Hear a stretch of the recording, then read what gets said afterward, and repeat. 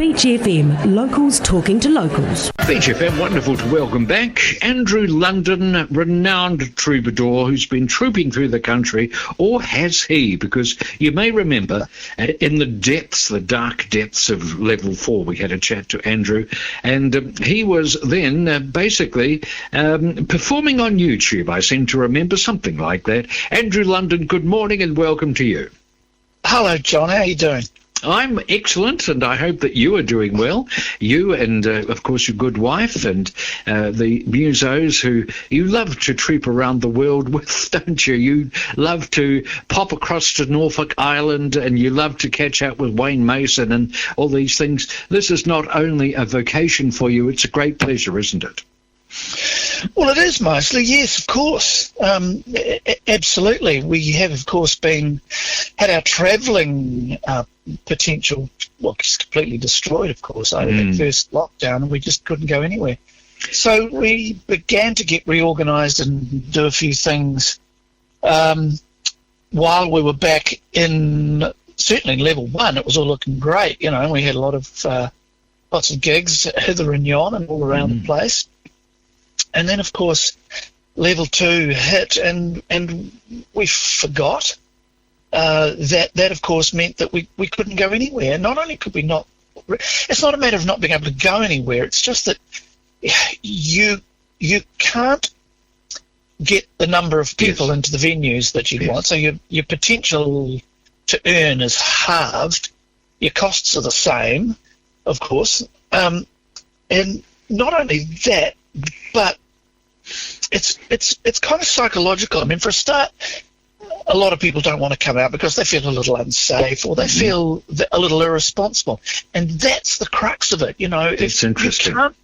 You can't be seen to be trying to advertise to get lots and lots of people into a confined space. You know, it's a bad look. It's a bad look. So, you know, even if you were confident that you could do the social distancing and that it would be, you know, as safe as you could possibly make it, nevertheless, it's just I don't think it's a politically correct sort of thing to do. It's not.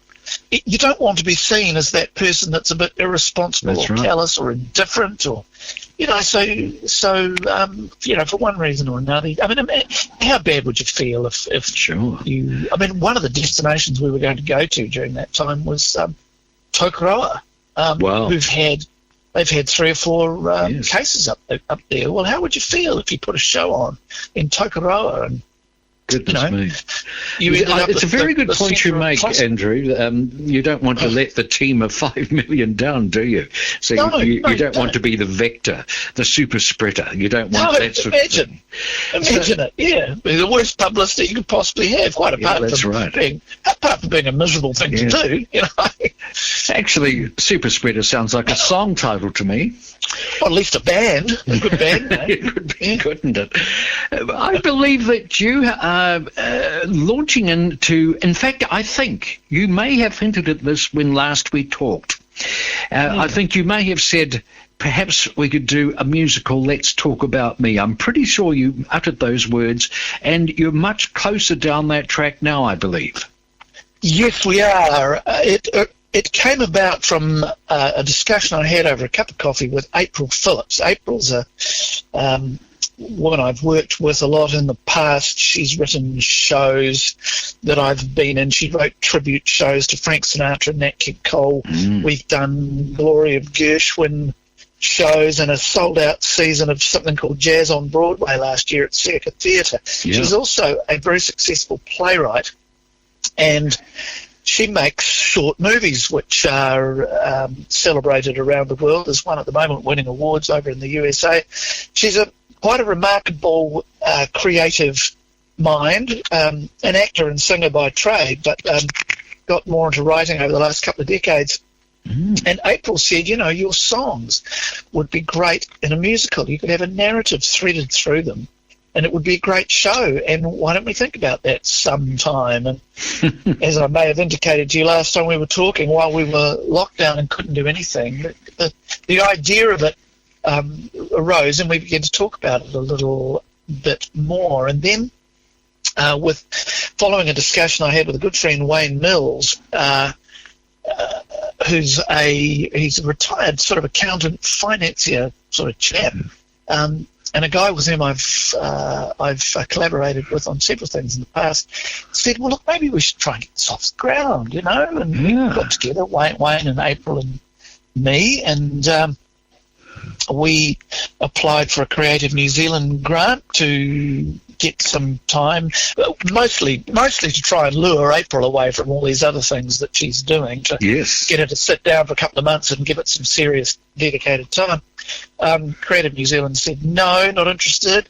So Wayne said, well, to hell with that, we'll make it happen ourselves. So in conjunction with a couple of his mates, he's set up a boosted crowdfunding campaign. Now, this is run by the Arts Foundation, so it's a crowdfunding organisation or crowdfunding website devoted solely to the arts.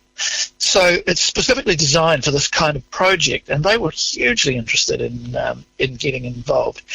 Wayne did a bit of a budget to work out what it would cost to get the thing conceptualised, written, scored, and then staged, of course, which is the obvious final step. And the expensive step too, I should imagine. And the expensive step, and as a result, we're trying to raise $28,000 on the boosted website crowdfunding campaign, and it went live 2 days ago, and we are 50% of the way there. Good grief! Yes, which is wonderful?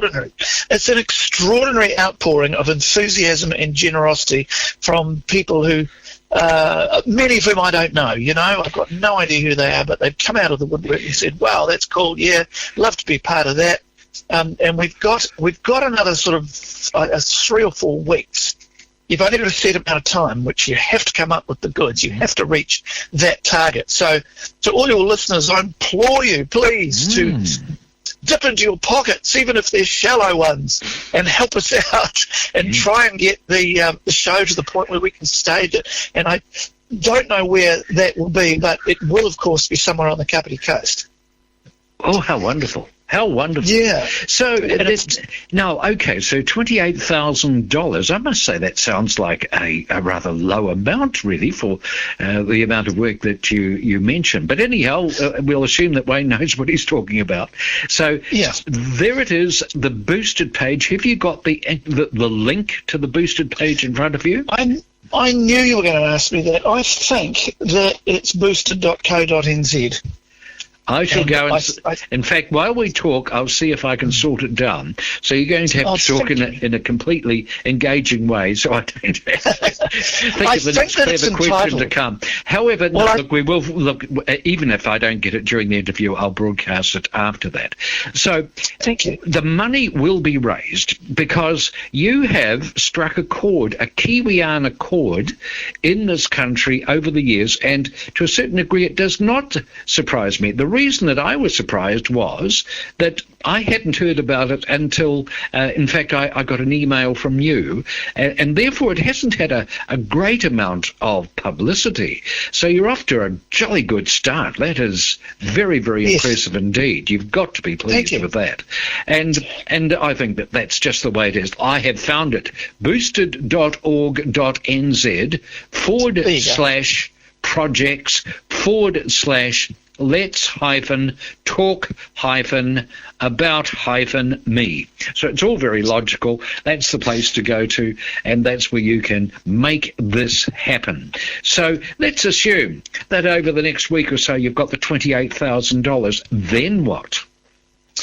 Then we are going to have to schedule a lot of time for April to get together with me, probably, and run through the options for the show, what sort of narrative stories or themes might be able to be woven through the songs, which songs to use. I've got a book of song lyrics coming out in the next couple of months. Yes. With about 80 songs that I've written over the last 20 years. So we'll have to pick the 20 odd I guess, out of there that are going to suit whatever narrative idea we come up with. We've got a very loose kind of a theme, but there's a lot of I's to be dotted, T's to be crossed, and details to be sorted out. I mean, how big will the show be? How big will the cast be? What sort of all these sorts of questions will need to be answered, and then we're going to have to find a venue to launch it at. The plan is to take it out on the road, of course. Of course. And so we probably plan to do at least half a dozen centres around the North Island, perhaps a couple in the south, middle of next year, I think. It's the time taken to sit down and actually write the darn thing. There's got to be a script written. We've got to get someone to score the songs, obviously for a band or an orchestra. But I'm confident we've got the best team. April has got a CV that's pretty impressive, and I think she's just the person to do this. I've got a guy called Tom McLeod, who your readers may not know his name, but you will have seen countless movies and television shows with soundtracks written and recorded by Tom and arranged. So he's pretty keen to do that. I hope that we're going to be able to tempt him into that task. So it's going to be very time consuming. That's the thing. Very exciting as well. I'm just thinking about your songs. They're very episodic, aren't they? And they sound like little slices of life. You're rather ironic on occasions, and occasionally from left field observations on life. And it's a matter of stringing those together with some semblance of credibility into a cohesive story, isn't it? That's the challenge. Yeah, it is a challenge, but it's quite unique in that regard because, of course, most of the time, if a musical is written, you've got a story first, and then songs are written to fit the events and the characters. That's right. I can't think of very many shows that have been done like this, apart from Mamma Mia. I was just going to say Mamma Mia. Here we go. Well, obviously, yes. Yeah, that's the same sort of thing, isn't it? Where they took a bunch of songs and tried to. But I don't think it's been done in New Zealand before. So I think we're out on our own in that respect. Great stuff. Well, then comes the movie, of course. That's right. Yes, totally. Yes, that's right. I'm seeing Tom Cruise.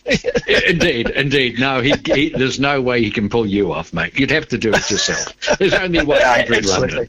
And it's really nice talking to you and catching up, and we wish you all the very best with Let's Talk About Me, the musical. Andrew London, it's been a great pleasure.